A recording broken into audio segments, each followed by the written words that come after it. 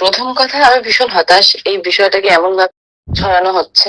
ওখানে প্রচুর বেশি ক্রাউড ছিল, আমরা ঠিক মতো দাঁড়ানোর জায়গা পাচ্ছিলাম না। এবং আমরা যে জায়গায় দাঁড়িয়ে ইন্টারভিউ দিচ্ছিলাম সেখানেও পিছনে প্রচুর ক্রাউড, সামনে এত এত মানুষজন বসে আছে, আমরা ঠিকমতো দাঁড়িয়ে উঠতে পারছি না। এবং মিডিয়া থেকেই বলা হয় ওখানে যে ছবি তুলতে হবে তিনজনকে, আমার, শাকিব খান এবং ফারিনের। তো সেই মুহূর্তে উনি শুধুমাত্র আমাদের গার্ড করেছিলেন।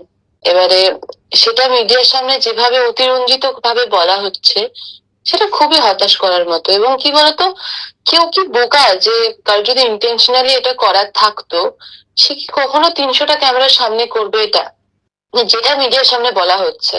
আমার তো মনে হয় না পৃথিবীতে এত কোনো মানুষ বোকা আছে যে 300টা ক্যামেরা অন আছে সে নিজেও জানে।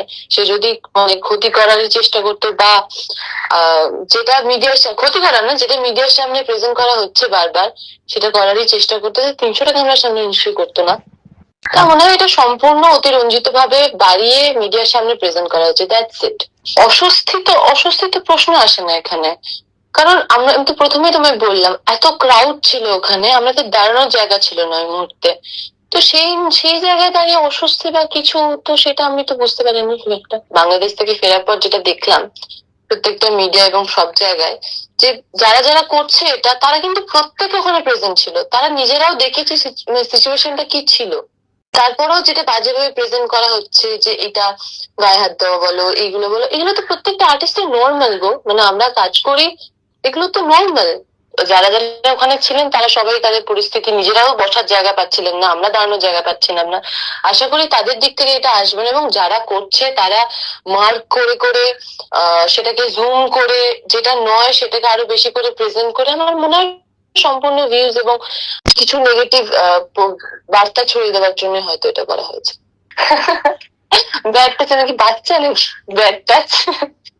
অতগুলো 300টা ক্যামেরার সামনে কেউ আমাকে ব্যাড টাচ করবে আর সেটা আমি সহ্য করবো? যারা স্বাভাবিক সুস্থ মানুষ যারা, তারা দেখে ওটা বুঝতে পারবে ওটা কি টাচ ছিল। ওটা শুধুমাত্র আমাদের প্রোটেক্ট করা ছিল। শুধু আমি না, ওখানে তাসনিয়ার কোমরেও হাত ছিল, আমারটা দেখা গেছে। শুধু আমার যেহেতু শাড়ির আঁচলটা ওইদিকে ছিল না, তাই আমারটা দেখা গেছে।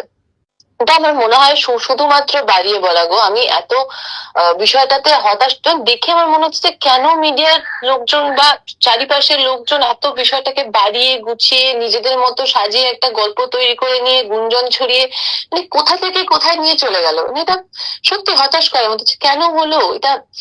ব্যাড টাচের কথা অনেকে বলেছে, আমি দেখেছি যে আমার মনে হয় আমি কি বাচ্চা? আমার আমার যদি ব্যাড টাচ করা হতো আমি কি প্রতিবাদ করতাম না? প্রত্যেকটা ইন্টারভিউতে দেখবে সব জায়গায় আমি একটা কথাই বলেছি, ওনার সঙ্গে আমার কাজের অভিজ্ঞতা ভীষণ ভালো। এবং খারাপটা এখানেই লাগে যে যখন এসে মানুষ এটাকে খুব ভুল ভাবে প্রেজেন্ট করে দর্শকের কাছে।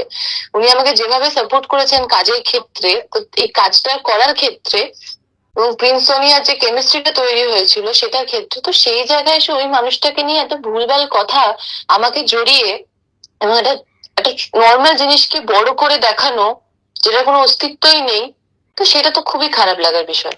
তুমি কি বুঝতে পারছো না, আমি কি বুঝতে পারছি না, তারা সবটাই জেনেই করছে। এবং তাদের কাছে আমি জাস্ট এটাই বলতে পারি যে আপনারা যেটা করছেন সেটা করবেন না প্লিজ। মানে এটা এটা কোনো অস্তিত্ব নেই, এটা সম্পূর্ণই মিডিয়ার সামনে, বা একটা মশলাদার গল্প হয় না জীবনে, সেরকম একটা প্রেজেন্ট করার চেষ্টা করছেন আপনারা। এত মশলা দরকার নেই জীবনে, একটু নিজেদের মতো সবাইকে থাকতে দিন।